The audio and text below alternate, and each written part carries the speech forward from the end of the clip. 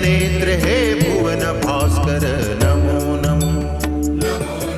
हे सृष्टि के सिरजनहार दिवाकर नमो नमो। हे सूर्य प्रभाकर नमो नमो। आदित्य विभाकर नमो नमो। हे भानुतिमिरहर नमो नमो। हे रवि भुवनेश्वर नमो नमो।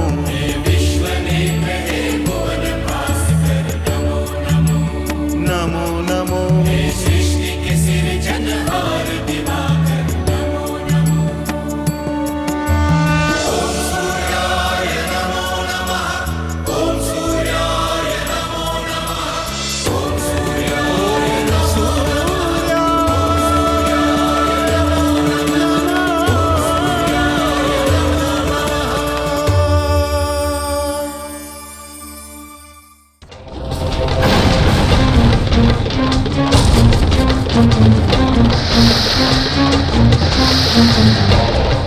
असुरो! आज से मेरी पुत्री सिंह का पाताल लोक पर शासन करेगी। आगे बढ़ो और समाप्त कर दो इस कायर का जीवन। ठहरो! एक भी कदम किसी ने आगे बढ़ाया तो जीवित नहीं बचेगा वो। हम असुरराज हैं, असुरराज विप्रचति। हमारा क्रोध बहुत ही भयानक है। सबके सब मारे जाओगे हमारे हाथों। शस्त्र नीचे करो। मैं कहती हूँ समाप्त कर दो इसे। सावधान!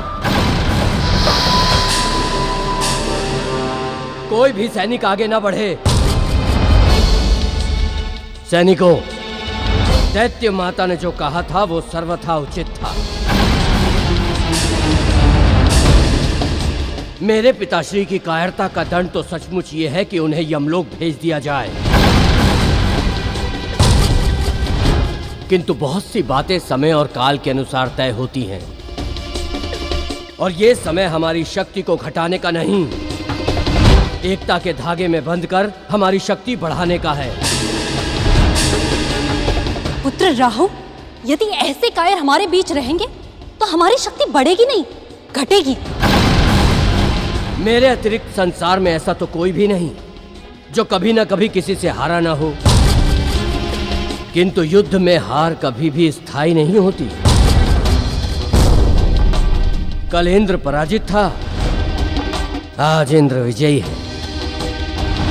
इसी प्रकार पिताश्री भले ही पराजित हो गए हों, किंतु हमारे लिए यह देखना महत्वपूर्ण है कि क्या वे अपनी पूरी शक्ति से नहीं लड़े, क्या उन्होंने कायरता दिखाई या उनका बल कम पड़ गया। बल ही कम पड़ा। इसका अर्थ ये तो नहीं हुआ कि पिताश्री कायर हैं। जहां तक बलाबल का प्रश्न है तो देवता लोग कई ऐसे वरदान लेकर आ जाते हैं कि जिससे पराक्रमी से पराक्रमी का बल उनके सामने व्यर्थ हो जाए। पिताश्री ने एक बार नहीं, कई बार अपनी शक्ति और अपनी वीरता का परिचय इस संसार को दिया है। उन्हें कम से कम एक अवसर तो मिलना ही चाहिए। हम सब के लिए यह कठिन समय है।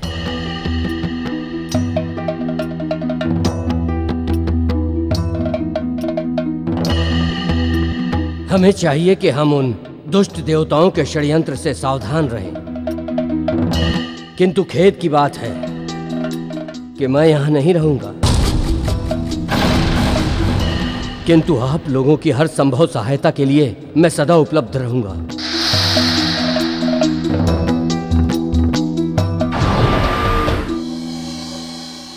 आपका धन्यवाद देवराज कि आपने मेरा संकेत समझकर चुप्पी साध ली और स्थिति को और बिगड़ने से संभाल लिया। धन्यवाद तो मुझे आपका करना चाहिए देवर्षि कि आपने सही समय पर संकेत देकर मुझे रोक लिया। किंतु अभी अभी मेरे मन में एक कामना जागी है। नारायण नारायण, ऐसी कौन सी कामना है देवराज जो स्वर्गाधिपति के मन में उठे और पूरी ना हो? कहिए देवराज। मैं पिताश्री के दर्शन करना चाहता हूँ। ये तो बड़े हर्ष की बात है। आपके बहाने हम सब भी उनके दर्शनों का लाभ उठा लेंगे। तो फिर ठीक है, हम सब चलते हैं। नारायण नारायण।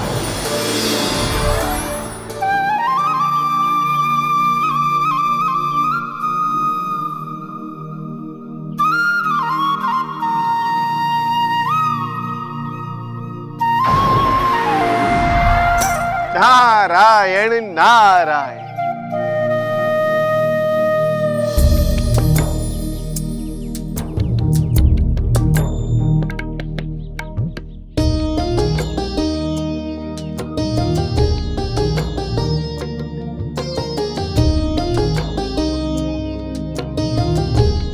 पुत्रेंद्र, प्रसन्नता की बात है कि हिरण्यगर्भ भगवान सूर्यदेव की असीम कृपा से तुम स्वर्ग के राज सिंहासन पर दोबारा आसीन हो चुके हो। किंतु याद रहे, जिन भूलों के कारण पिछली बार तुम्हें स्वर्ग से भ्रष्ट कर दिया गया था, वे भूलें दोबारा ना हो। यदि आपका आशीर्वाद मेरे साथ होगा पिताश्री, तो वे भूलें फिर से कभी नहीं होंगी। मेरा आशीर्वाद और शुभकामनाएं तो सदैव तुम्हारे साथ हैं पुत्र। यदि भगवान सूर्यदेव की असीम कृपा तुम पर हुई है, तो इसका सबसे बड़ा कारण है तुम्हारे माताश्री की साधना और उनका पुण्य। वे इस समय वन प्रदेश में साधना में लीन है। तुम्हें चाहिए कि तुम उनके पास जाकर उनका आशीर्वाद ग्रहण करो। मैं भी अभी यही विचार कर रहा था पिताश्री। मैं भी वहां जाकर उनका आशीर्वाद लेता हूँ। देवेंद्र, मैं भी आपके साथ चलकर दर्शनों का पुण्य लाभ प्राप्त करना चाहूंगा। देवर्षि, हम सब भी आपके साथ चलना चाहेंगे। अवश्य। तो चलिए, हम सब मिलकर चलते हैं। आइए। ओम सूर्याय नमः। ओम सूर्याय नमः। ओम सूर्याय नमः।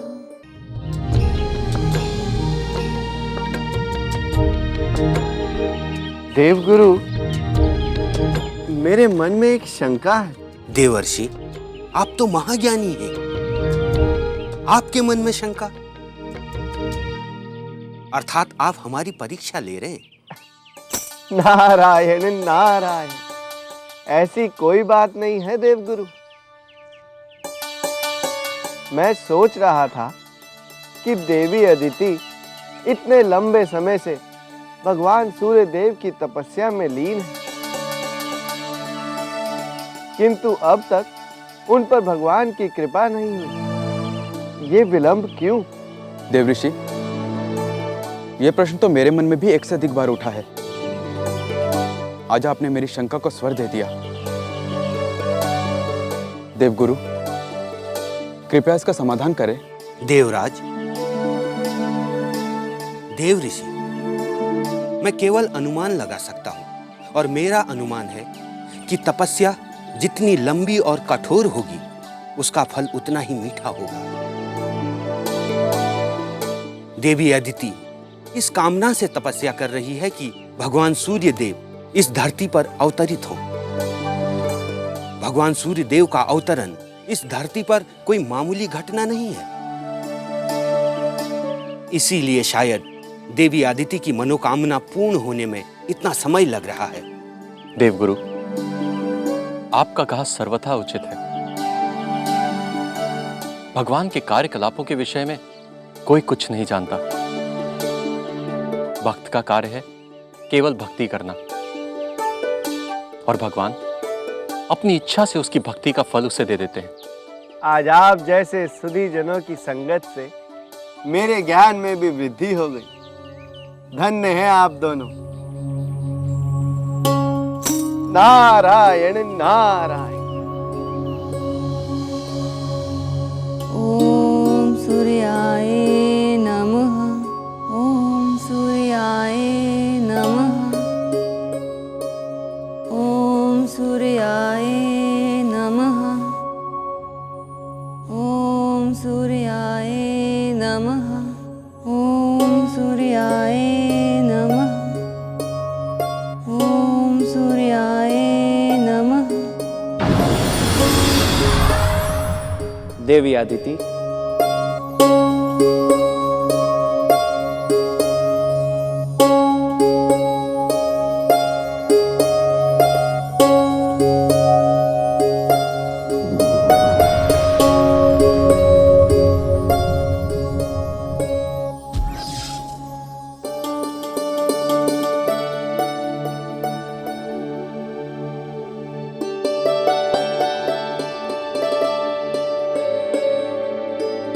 क्षमा कीजिएगा स्वामी, आप खड़े थे और हम बैठे रहे।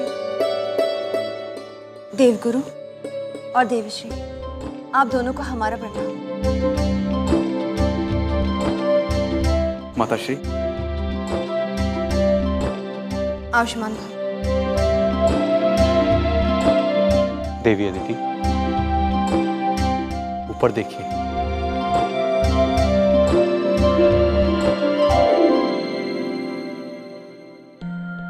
प्रणाम सूर्यदेव। क्षमा कीजिएगा भगवान, आपकी उपस्थिति की ओर हमारा ध्यान ही नहीं गया। देवी अदिति, इस संसार में स्त्रियों के लिए सबसे बड़ा धर्म है पतिव्रत धर्म। यदि पति सेवा की धुन में आपका ध्यान मेरी ओर नहीं गया तो ये मेरे लिए प्रसन्नता की बात है, रोष की नहीं। देवर्षि नारद, आप ही की तरह अनेक जन के मन में बार बार ये प्रश्न उठ रहा है कि देवी अदिति को वचन देने के बाद भी हमने इतने लंबे समय के लिए उनकी पुकार क्यों नहीं सुनी। इसके लिए हमें खेद है, किंतु इसका एक कारण है। देवी अदिति को इच्छित फल मिलने से पहले हमारे ग्रह मंडल का पूर्ण होना आवश्यक था। प्रिय राहु और प्रिय केतु के ग्रह मंडल में सम्मिलित हो जाने के बाद हमारा मंडल पूर्ण हो गया और मैं देवी अदिति के सामने उपस्थित हो गया। भगवान, आप हमारी अभिलाषा पूर्ण करें। अवश्य देवी।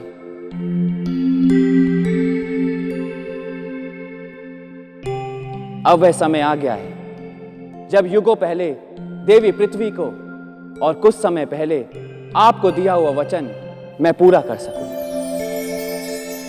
किंतु सत्य तो यह है देवी कि आपके आंचल में खेलने और मचलने का मन मेरा तब से कर रहा है जब से मैंने आपको वचन दिया है।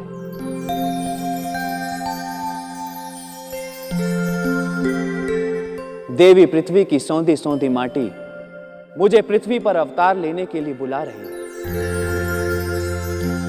और इसमें कोई व्यवधान भी नहीं। देवी, आप ऋषिवर कश्यप के साथ आश्रम वास कीजिए। शीघ्र ही मैं आपकी आंचल में खेलने और मचलने के लिए अवतार ग्रहण करूंगा।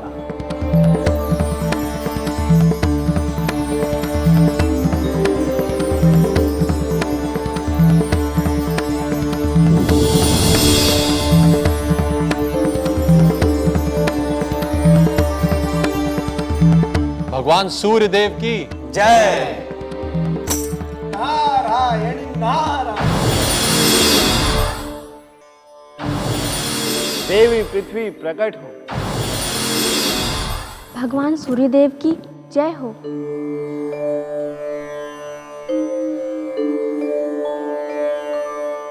देवी पृथ्वी, एक बहुत ही शुभ समाचार है। शुभ समाचार है तो शीघ्र ही बताइए मुनिवर। शुभ समाचार ये है कि युगों पहले आपको दिए वचन को सत्य करने के लिए भगवान सूर्य नारायण अवतार ग्रहण करेंगे। सत्य? कब? कहाँ? कब का उत्तर है बहुत ही शीघ्र, और कहाँ का उत्तर है महर्षि कश्यप के आश्रम में देवी अदिति के पुत्र के रूप में। नारायण नारायण। और पता है देवी कि भगवान सूर्य नारायण ने आपके बारे में क्या क्या कहा? बताइए ना। उन्होंने कहा है कि देवी पृथ्वी की सौंधी सौंधी माटी की सुगंध मुझे बार बार पृथ्वी पर अवतार लेने के लिए पुकारती है।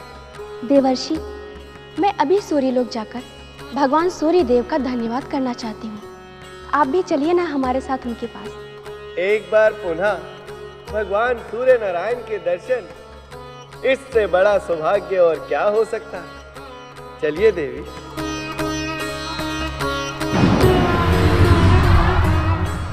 भगवान सूर्य नारायण की जय।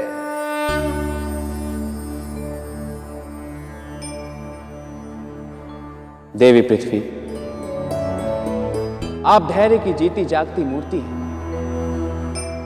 आपकी सहनशीलता पूरे संसार के लिए एक आदर्श है, और आपके मन में तो हमारे लिए सच्ची श्रद्धा है। और जिसके मन में सच्ची श्रद्धा हो, उसे हमारे दर्शन के लिए कहीं पर जाने की आवश्यकता नहीं। सच तो यह है कि ऐसे सच्चे भक्तों के मन में मैं निवास करता हूं। सूर्यदेव, आप हमारे धैर्य की प्रशंसा कर रहे हैं, किंतु जब से मुनिवर नारद ने आपका अवतार शीघ्र होने का शुभ समाचार हमें दिया है, तब से जैसे मेरा धैर्य मुझे त्याग कर चला गया है। उस घड़ी की प्रतीक्षा का एक एक पल जैसे मेरे लिए भारी हो रहा है प्रभु।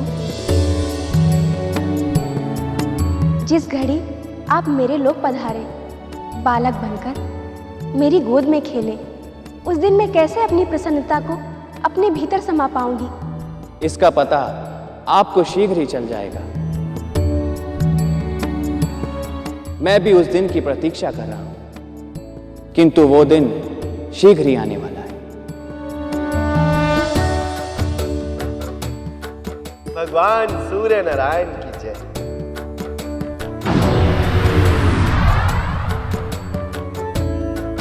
देवी पृथ्वी, अब मुझे भी अनुमति दे। एक पल रुकिए मुनिवर, मेरा एक काम कर दे।